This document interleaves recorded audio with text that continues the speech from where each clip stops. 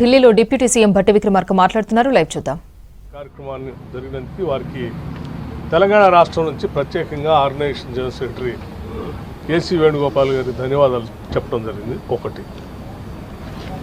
రెండో అంశం, పార్లమెంట్ ఎన్నికలు అయిన తర్వాత సరే రాష్ట్రానికి సంబంధించినటువంటి మంత్రిమండలి కూర్పుకు సంబంధించి కానీ లేకపోతే ఆర్గనైజేషన్ మ్యాటర్స్ సంబంధించి రాష్ట్ర బీసీసీ సంబంధించి కానీ పార్లమెంట్ ఎన్నికలకు సంబంధించి కానీ వీటన్నిటిపైన లోతుగా చర్చించాల్సిన అవసరం ఉందని, దానికి సంబంధించిన కూర్పును కూడా చేసుకోవాల్సిన అవసరం ఉందని వారి దృష్టికి తీసుకురావడం జరిగింది.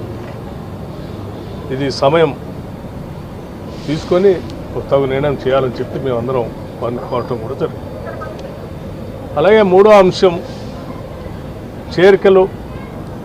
ఈరోజు రాష్ట్రంలో మనం చూస్తూ ఉన్నాం, ఓ పక్కన భారతీయ జనతా పార్టీ కానీ ఇంకో పక్కన బీఆర్ఎస్ పార్టీకి సంబంధించిన నాయకత్వం కానీ రాష్ట్రంలో ఉన్న కాంగ్రెస్ పార్టీ పైన కుట్రలు కుతంత్రాలు చేస్తూ అనేక రకాల ప్రకటనలు చేస్తూ కూలుస్తామని ఓ పక్కన ప్రకటనలు చేసి కాంగ్రెస్ పార్టీ ప్రజలు ఎన్నుకున్నటువంటి ప్రభుత్వాన్ని పైన కుట్రలు చేస్తున్నటువంటి సందర్భంలో ప్రజాస్వామ్యాన్ని, ప్రజలు ఇచ్చిన తీర్పును నిలబెట్టడం కోసం అక్కడక్కడ ఆయా పార్టీల నుంచి కాంగ్రెస్ పార్టీలో చేరుతున్నటువంటి శాసనసభ్యులు చేరికలు జరుగుతున్నటువంటి ప్రాంతంలో అనాదిగా కాంగ్రెస్ పార్టీ కోసం పనిచేసిన సీనియర్ నాయకుల్ని లేకపోతే వారి సేవల్ని కూడా ఎలా అయితే చేరినటువంటి శాసనసభ్యులకి తగు రీతిన సముచితమైన స్థానం, గౌరవం ఇస్తూనే గతంలో కాంగ్రెస్ పార్టీ కోసం అనేక సంవత్సరాలుగా ఆ ప్రాంతంలో పనిచేసి ఉన్నటువంటి పోటీ చేసిన అభ్యర్థులు కానీ పనిచేస్తున్న సీనియర్ నాయకులు కూడా పార్టీ సముచితమైనటువంటి గౌరవం ఇచ్చి వారిని కూడా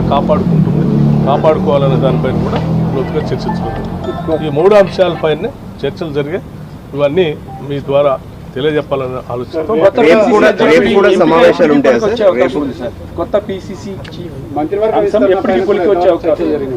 మేము ఆ రెండు అంశాలకు సంబంధించి చర్చించి త్వరలో నిర్ణయం చేస్తే బాగుంటుందని చెప్పాం. దానిపైన పార్టీ అధిష్టానం ఆలోచన చేసి నిర్ణయం చేస్తాం. రేపు మళ్ళీ సమావేశాలు, చర్చలు ఏమైనా ఉంటాయి? Thank you. రేపు కూడా